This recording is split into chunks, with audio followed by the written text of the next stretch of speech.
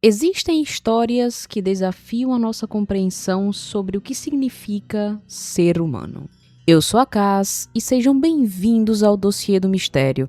Pega seu café ou sua bebida favorita, senta bem confortável, aperta o play e me acompanhe em mais uma jornada na mente humana. No século XVI, entre as nuvens gélidas e as falésias cortantes da Escócia, surgiu uma lenda que ultrapassou os séculos. No município de Galloway, o que começou como uma fuga da sociedade se transformou no capítulo mais sangrento da história britânica. Esta é a crônica de Alexander Sweeney Bean, um homem que, junto com a sua linhagem maldita, habitou as entranhas da terra e transformou a carne humana em seu único sustento. Prepare-se, pois hoje entraremos em uma cova onde a civilização termina e o instinto animal assume o controle.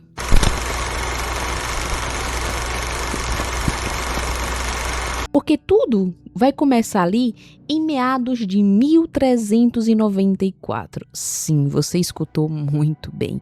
1394, em uma pequena comunidade agrícola ali nos arredores de Edimburgo. Alexander Sweeney Bean nasceu em uma família de trabalhadores honrados. Seu pai era um homem que ganhava vida com o suor do seu trabalho, cavando valas e cuidando da terra. Mas Sweeney era diferente. Desde cedo, ele demonstrou um desprezo profundo pela honestidade e pelo trabalho árduo do seu pai. Para ele, a vida de camponês era uma sentença de mediocridade. A tensão em sua casa era constante. Seu pai, envergonhado pela preguiça e pela arrogância do filho, tentou corrigi-lo com rigor, muitas vezes recorrendo à violência física. Sweeney até tentou seguir os passos do pai por um tempo, mas sua natureza rebelde e sua incapacidade de obedecer às ordens o levaram ao fracasso absoluto. Ele não queria uma vida humilde, ele queria facilidade. E o ódio que nutria pela sociedade só crescia a cada dia. E foi ali, em meio à sua vadiagem, que ele conheceu Agnes Douglas. Agnes era uma mulher comum.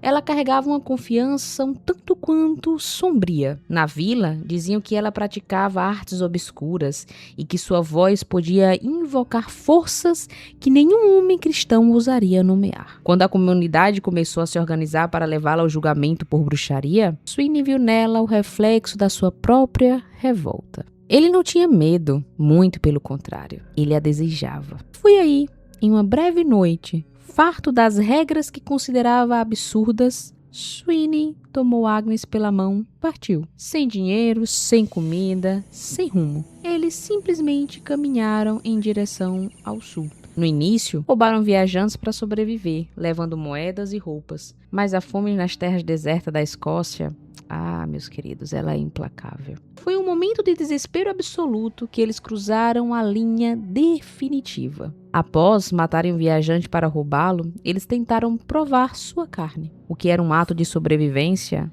logo se tornou um gosto muito macabro. Como fugitivos, eles começaram um esconderijo que ninguém poderia encontrar. Encontraram a caverna de Benihid, uma fenda profunda bem na costa, cujo interior ficou completamente isolado quando a maré subia. Ali, naquele ambiente úmido e solitroso, eles estabeleceram seu reino de horror. Para evitar suspeitas, eles se tornaram mestres da dissimulação. Deixaram restos humanos espalhados longe da caverna para que parecesse ataque de lobos ou jogassem o que sobrava no mar, confiando que as correntes levariam como provas. A caverna, que se estendia por quase 300 metros sobre a terra, tornou-se um açougue humano silencioso. Ao longo de 28 anos, o isolamento transformou os Bean em algo que não era mais humano. Eles tiveram filhos. E esses filhos cresceram. Sem contato com outras pessoas, a linhagem se voltou contra si mesma. O incesto tornou-se uma norma para aumentar o exército de Sweeney. A família cresceu para 48 membros, 8 filhos, 6 filhas, 18 netos, 14 netas. Muitos deles com malformações genéticas e rostos distorcidos pelo DNA compartilhado. Eles perderam a capacidade de falar corretamente, comunicando-se por grunhidos em uma linguagem primitiva. Tornaram-se predadores organizados. Eles se dividiram em grupos para procurar nas estradas, garantindo que nenhum viajante fosse a pé ou a cavalo e pudesse escapar. Mais de 1000 pessoas desapareceram sem deixar vestígios. e as vilas vizinhas viveram em estado de terror constante, acreditando que uma maldição divina havia caído sobre uma região. Não sei se vocês acham toda essa narrativa um pouco semelhante, talvez com um filme aí meio trash, slash, que a gente conhece como Pânico na Floresta. Pois bem, acredite ou não, mas tem muito fundo aí de semelhança, porque, quizás, talvez, tenham se inspirado um pouquinho nessa história. Mas vamos continuar. Porque o Império de Sangue começou a desmoronar quando um casal de comerciantes, voltando de uma feira, decidiu ignorar os avisos sobre o caminho da morte, por assim dizer. O clã Bean os cercou. Eles derrubaram a mulher e, diante dos olhos do marido, resolveram simplesmente devorá-la ali mesmo, com a ferocidade de bestas famintas. O homem, porém, era um soldado treinado e portava uma espada e uma pistola. Ele lutou desesperadamente, mantendo aquelas criaturas à distância, até que um grupo de 20 cavaleiros que estavam passando ali por perto ouviram seus gritos. Ao verem a multidão, as criaturas recuaram para a escuridão da floresta. O sobrevivente, em estado de choque, foi levado ao rei James I. O relato foi tão perturbador que o próprio rei liderou uma expedição com 400 soldados e cães de caça. Os cães sentiram um cheiro de putrefação vindo da caverna. Ao entrarem, os soldados encontraram uma visão do inferno. Pernas e braços pendurados, baldes cheios de membros em conservação e uma montanha de joias e roupas de pessoas que nunca voltaram para casa. O clã de 48 pessoas foi capturado sem resistência. Eles não lamentaram, não imploraram, não resistiram. Olharam para os soldados com um vazio profundo nos olhos. Foram levados e condenados sem julgamento formal, pois seus crimes foram considerados contra a própria natureza humana. Os homens tiveram suas mãos e pés cortados até a morte, enquanto as mulheres e as crianças foram obrigadas a assistir antes de serem queimadas vivas. Dizem por aí que Sweeney Bean, em seus últimos suspiros, profere: não acabou e nem nunca vai acabar. A história dessa tribo, como eu falei, Pânico na Floresta. Até hoje, alguns exploradores dizem que quando passam por Bimini Head, é possível ouvir ecos de vozes que não pertencem a este mundo. O que você faria se estivesse sozinho em uma estrada e visse vultos deformados saindo das sombras? Eu quero saber aqui nos comentários. E eu quero saber também, vocês assistiram aquele filme Pânico na Floresta? Porque na verdade não tem só um, né? Tem vários. Eu lembro que quando eu assisti, eu não tinha medo, mas eu achava uma coisa tão nojenta, porque realmente os personagens eles têm uma caracterização que passa uma certa agonia, mas eu sou meio suspeita pra falar, porque eu gosto de filmes slash, trash, eu gosto desses filmes assim.